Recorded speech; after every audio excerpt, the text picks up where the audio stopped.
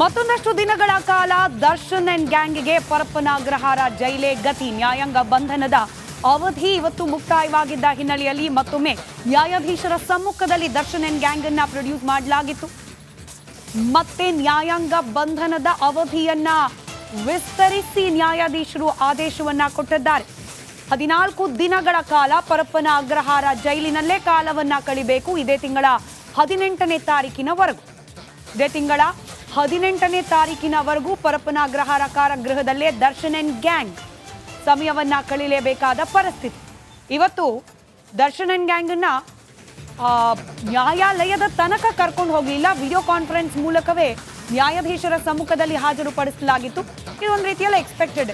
ನ್ಯಾಯಾಂಗ ಬಂಧನವನ್ನ ವಿಸ್ತರಣೆ ಮಾಡಲಾಗುತ್ತೆ ಅಂತ ಹೇಳಿ, ಯಾಕಂತಂದ್ರೆ ಈಗ ಆಲ್ರೆಡಿ ಪ್ರಾಥಮಿಕ ಹಂತದ ಸಂಪೂರ್ಣ ವಿಚಾರಣೆ ಹಾಗೆ ತನಿಖೆಯನ್ನ ಮುಗಿಸಿದ್ದಾರೆ ತನಿಖಾಧಿಕಾರಿಗಳು. ಹೆಚ್ಚಿನ ವಿಚಾರಣೆಗೆ ಬೇಕಾದಾಗ ಮಾತ್ರ ಪೊಲೀಸ್ ಕಸ್ಟಡಿಗೆ ಕೇಳುವ ಸಾಧ್ಯತೆಗಳು. ಮತ್ತಷ್ಟು ಡೀಟೇಲ್ಸ್ ನಮ್ಮ ಪ್ರತಿನಿಧಿ ನಾಗೇಂದ್ರ ಬಾಬು ನೀಡ್ತಾ ಹೋಗ್ತಾರೆ. ನೇರ ಸಂಪರ್ಕದಲ್ಲಿದ್ದಾರೆ ನಾಗೇಂದ್ರ ಬಾಬು. 18ನೇ ತಾರೀಕಿನವರೆಗೆ ದರ್ಶನ್ ಅಂಡ್ ಗ್ಯಾಂಗ್ ಪರಪ್ಪನ ಅಗ್ರಹಾರ ಜೈಲಿನಲ್ಲೇ ಕಳೆಯುವಂತಹ ಪರಿಸ್ಥಿತಿ. ನ್ಯಾಯಾಧೀಶರ ಸಮ್ಮುಖದಲ್ಲಿ ಹಾಜರುಪಡಿಸಿದಾಗ ವಿಡಿಯೋ ಕಾನ್ಫರೆನ್ಸ್ ಮೂಲಕ ಏನೆಲ್ಲ ವಾದಗಳಾಯಿತು, ಜಡ್ಜ್ ಈ ನಿರ್ಧಾರಕ್ಕೆ ಈ ಆದೇಶವನ್ನ ಪ್ರಕಟ ಮಾಡಲಿಕ್ಕೆ ಕಾರಣವಾದ ಅಂಶಗಳೇನು, ವಿವರಿಸ್ತಾ ಹೋಗೋದಾದ್ರೆ. ಎಲ್ಲ ಆರೋಪಿಗಳನ್ನ ಕೂಡ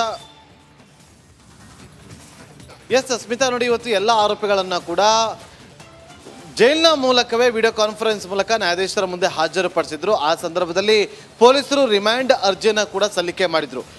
ಆ ರಿಮ್ಯಾಂಡ್ ಅರ್ಜಿಯನ್ನು ಪರಿಶೀಲಿಸಿ ಆ ಬಳಿಕ ನ್ಯಾಯಾಧೀಶರು ನ್ಯಾಯಾಂಗ ಬಂಧನವನ್ನು ವಿಸ್ತರಣೆ ಮಾಡ್ತಾರೆ, ಅಂದರೆ ಮುಂದುವರಿಸ್ತಾರೆ. 18ನೇ ತಾರೀಕಿನವರೆಗೂ ಕೂಡ ಎಲ್ಲ ಆರೋಪಿಗಳಿಗೂ ಕೂಡ ನ್ಯಾಯಾಂಗ ಬಂಧನ ಈಗ ಮುಂದುವರಿತದೆ. ನೋಡಿ, ಇಲ್ಲಿ ಪ್ರಮುಖವಾಗಿ ರಿಮ್ಯಾಂಡ್ ಅರ್ಜಿಯಲ್ಲಿ ಒಂದಷ್ಟು ಪಾಯಿಂಟ್ಗಳನ್ನು ಉಲ್ಲೇಖ ಮಾಡಲಾಗಿದೆ. ಇದರಲ್ಲಿ A1 ಆರೋಪಿಯಿಂದ ಹಿಡಿದು A17 ಆರೋಪಿಯವರೆಗೂ ಕೂಡ ಎಲ್ಲರೂ ಕೂಡ ಕೊಲೆ ಮಾಡುವ ಉದ್ದೇಶದಲ್ಲೇ ಭಾಗಿಯಾಗಿರೋದು ಇಲ್ಲಿ ಸ್ಪಷ್ಟವಾಗಿ ಗೊತ್ತಾಗ್ತಾ ಇದೆ ಎನ್ನುವ ವಿಚಾರ. ಜೊತೆಗೆ ಸಾಕ್ಷ್ಯಾಧಾರಗಳನ್ನು ಮುಚ್ಚಿ ಹಾಕುವ ಪ್ರಯತ್ನಗಳನ್ನು ಕೂಡ ಮಾಡಲಾಗ್ತಾ ಇದೆ.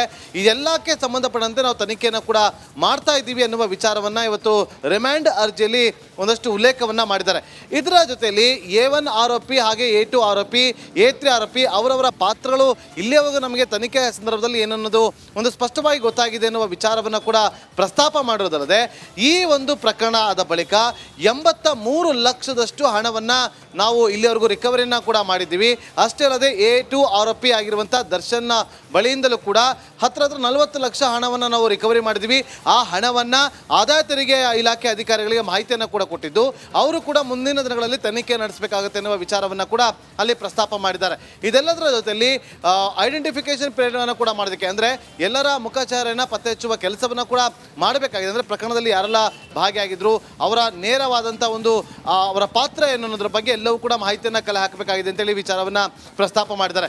ಇದರ ಜೊತೆಯಲ್ಲಿ ಸ್ಮಿತಾ ನೋಡಿ, ಬಹಳ ಇಂಪಾರ್ಟೆಂಟ್ ಅಂತಂದರೆ, ಮೊನ್ನೆ ಒಬ್ಬ ಸ್ನೇಹಿತೆ ಬಂದಿದ್ರು, ಅಂದರೆ ಸಮತಾ ಅನ್ನುವ ಮಹಿಳೆ ಕೂಡ ಬಂದಿದ್ರು. ಅವರು ಆ ಸಮತಾ ಇದ್ದಾರೆ ಪವಿತ್ರ ಗೌಡಗೆ ಬಹಳ. ಇನ್ನು ರೇಣುಕಸ್ವಾಮಿ ಹತ್ಯೆ ವಿಚಾರಕ್ಕೆ ಸಂಬಂಧಪಟ್ಟಂತೆ ಇನ್ನಷ್ಟು ಮಾಹಿತಿ ಲಭ್ಯ ಆಗ್ತಾ ಇರೋದು ಒಂದು ಕಡೆ ಆದರೆ, ಮತ್ತೊಂದು ಕಡೆ ಅನ್ನಪೂರ್ಣೇಶ್ವರಿ ನಗರ ಠಾಣೆಯ ಪೊಲೀಸರು ತನಿಖೆಯನ್ನ ಮುಂದುವರೆಸಿದ್ದಾರೆ. ಈ ತನಿಖೆ ಮುಂದುವರೆಸಿದ ಭಾಗವಾಗಿ ಈವರೆಗೂ ಇದೇ ಕೇಸ್ಗೆ ಸಂಬಂಧಪಟ್ಟಂತೆ ಇಲ್ಲಿವರೆಗೂ 83 ಲಕ್ಷ ರೂಪಾಯಿಯನ್ನ ವಶಕ್ಕೆ ಪಡೆಯುವ ಕೆಲಸ ಪೊಲೀಸರಿಂದ ಆಗಿದೆ. ಹಾಗಿದ್ರೆ ಈ ವಿಚಾರಕ್ಕೆ ಸಂಬಂಧಪಟ್ಟಂತೆ ಇನ್ನಷ್ಟು ಮಾಹಿತಿ ಕಲೆ ಹಾಕುವುದಾದ್ರೆ 83 ಲಕ್ಷ ರೂಪಾಯಿ ಈ ಹಣದ ಮೂಲದ ಬಗ್ಗೆ ಮಾಹಿತಿ ಕಲೆ ಹಾಕುವಂತಹ ಕೆಲಸ ಪೊಲೀಸರಿಂದ ಆಗ್ತಾ ಇದೆ. ಕೆಲ ತಾಂತ್ರಿಕ ಮತ್ತು ವೈಜ್ಞಾನಿಕ ಸಾಕ್ಷ್ಯವನ್ನ ಪರಿಶೀಲಿಸಿ ಕ್ರಮಕ್ಕೆ ಪೊಲೀಸ್ ಮುಂದಾಗ್ತಾ ಇದೆ. ಮತ್ತಷ್ಟು ಅಪ್ಡೇಟ್ಸ್ ಕೊಡ್ತಾರೆ ಕೊಲೀಗ ನಾಗೇಂದ್ರ ಬಾಬು ಈಗ ನೇರ ಸಂಪರ್ಕದಲ್ಲಿ. ನಾಗೇಂದ್ರ ಬಾಬು, 30 ಲಕ್ಷ ಡೀಲ್ನ ವಿಚಾರವಾಗಿ ಕೇಳಿದ್ವಿ, 35 ಲಕ್ಷ ರೂಪಾಯಿ ಸೀಸ್ ಮಾಡಿದ ವಿಚಾರ ಕೇಳಿದ್ವಿ. ಈಗ ಇಲ್ಲಿವರೆಗೂ ಟೋಟಲ್ 86 ಲಕ್ಷ ರೂಪಾಯಿ, 86 ಲಕ್ಷ ಹಣದ ಮೂಲ ಮತ್ತು ಸದ್ಯಕ್ಕೆ ಮಾಹಿತಿ ಕಲೆ ಹಾಕ್ತಾ ಇರುವಂತಹ ವಿಚಾರ, ಏನೆಲ್ಲ ಅಪ್ಡೇಟ್ಸ್ ಕೊಡ್ತೀರಿ ಬಗ್ಗೆ?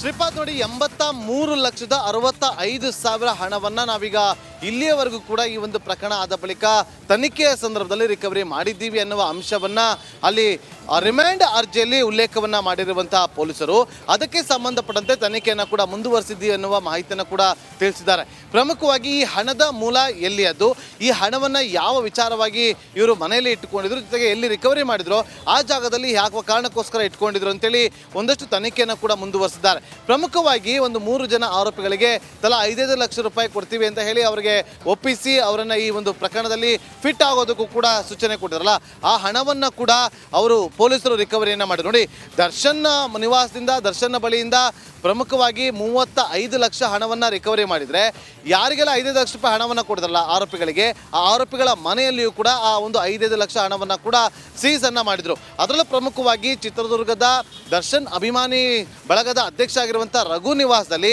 4,60,000 ಹಣವನ್ನ ಕೂಡ ರಿಕವರಿ ಮಾಡಿದ್ರು. ಪ್ರದೋಷ್ ಬಳಿದಂತ ಹಣವನ್ನ ಕೂಡ ರಿಕವರಿ ಮಾಡಿದ್ದಾರೆ. ವಿನಯ್ ಬಳಿಯಿಂದಲೂ ಕೂಡ ಒಂದಷ್ಟು ನಗದು ಹಣವನ್ನ ರಿಕವರಿ ಮಾಡಿದ್ದಾರೆ. ಈ ಎಲ್ಲಾ ನಗದು ಹಣವನ್ನ ಎಲ್ಲಿ ತಂದಿದ್ರು, ಯಾವ ಕಾರಣಕ್ಕೋಸ್ಕರ ಇವರು ಇಟ್ಕೊಂಡಿದ್ರು, ಇದೆಲ್ಲದರ ಬಗ್ಗೆ ಕೂಡ ತನಿಖೆಯನ್ನು ನಡೆಸೋದಕ್ಕೆ ಈಗ ಪೊಲೀಸರು ಮುಂದಾಗ್ತಾ ಇರುವಂಥದ್ದು. ಪ್ರಮುಖವಾಗಿ ಈಗ ಆದಾಯ ತೆರಿಗೆ ಅಧಿಕಾರಿಗಳು ಕೂಡ ಈ ಒಂದು ಹಣದ ವಿಚಾರವಾಗಿ ಮುಂದಿನ ದಿನಗಳಲ್ಲಿ ಇನ್ವಾಲ್ವ್ ಆಗಿ ಅವರು ಕೂಡ ತನಿಖೆಯನ್ನು ನಡೆಸುವಂತ ಸಾಧ್ಯತೆಗಳು ಇಲ್ಲಿ ದಟ್ಟವಾಗಿ ಕಂಡು ಬರ್ತಾ ಇದೆ. Shripad. Okay, thank you Nagendra Babu ಮಾಹಿತಿಗಾಗಿ.